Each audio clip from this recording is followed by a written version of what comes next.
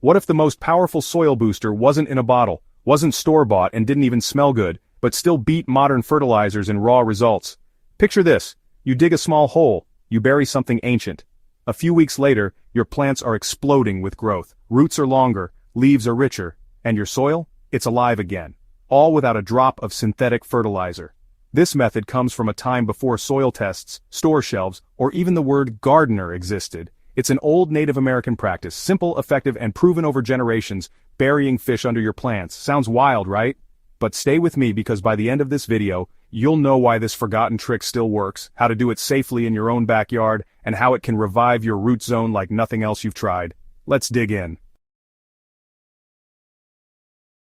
Why buried fish actually works better than you'd think. To plants and soil microbes, a fish is a 5-star meal. It's packed with bioavailable nitrogen, phosphorus, potassium, calcium, and trace minerals. All the things your soil often lacks and your plants desperately need. But buried fish doesn't just feed your crops, it jumpstarts the entire underground ecosystem. When fish decomposes in soil, it slowly releases nutrients over weeks or months, right in the root zone. Microbes thrive on it, fungi spread, earthworms move in to join the feast. What you're really doing is creating a living nutrient bank, not just dumping fertilizer. This is exactly what Native American tribes like the Wampanoag did when planting their corn.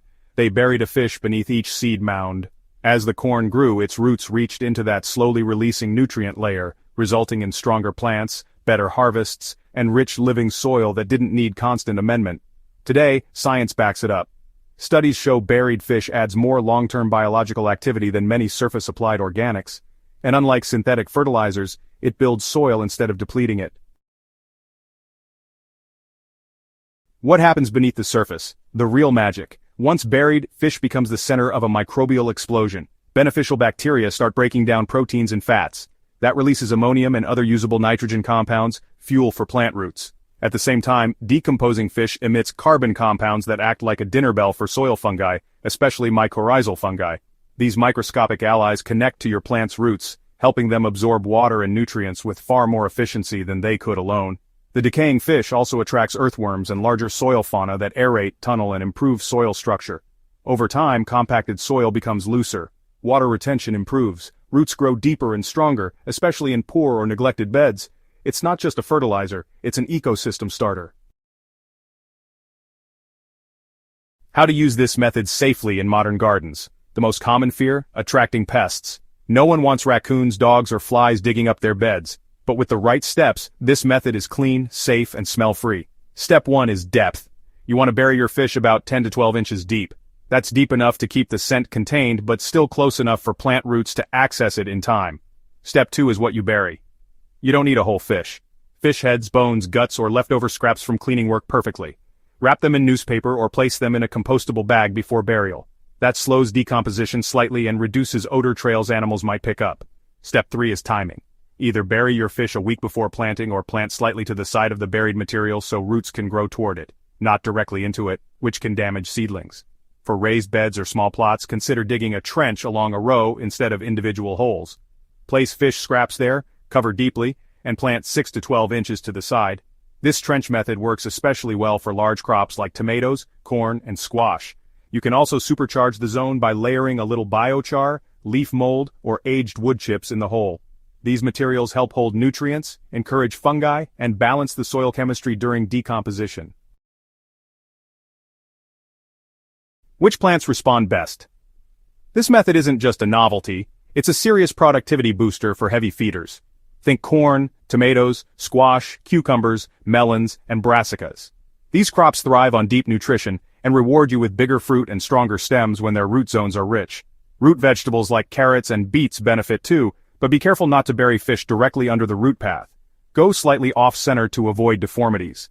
Leafy greens like spinach or lettuce still see gains, though a top dressing or compost tea might be a gentler choice due to their shallow roots. For gardeners working in sandy, compacted, or lifeless soil, buried fish acts like an underground engine, slowly recharging the ground over time. Adapting the ancient for today's soil challenges. While indigenous growers used fresh-caught river fish, you can adapt the principle to whatever you have. Fish market scraps, fish heads from the kitchen, or even commercial fish meal in bulk. In permaculture and regenerative circles, this method is being revived as a no-till fertility system. You're not fertilizing the surface, You're creating a buried core of nutrition that roots stretch toward naturally. Pair it with mulch above and living roots below, and you've got a full-stack system: moisture retention, nutrient cycling, pest resistance, and a microbe-rich root zone, all working together with zero synthetic input. Final thoughts. Soil doesn't need magic, it needs memory. The buried fish method may sound primitive, but that's its strength. It reminds us that nature already figured this out long ago. When we feed the soil, not just the plant, we create a garden that runs on its own energy, season after season. This isn't a trick, it's a technique. A real regenerative system grounded in biology, history, and results. So if you've got struggling soil, give it a heartbeat again. Don't just fertilize from above, feed from below. The plants will show you the difference. Did you learn something today? If this gave you a fresh perspective or a practical method to try in your own garden, hit subscribe to Soil Doctor right now. Share this video with a grower friend who's ready to move beyond quick fixes. The answers are in the soil, and they're older than any of us. Let's bring them back.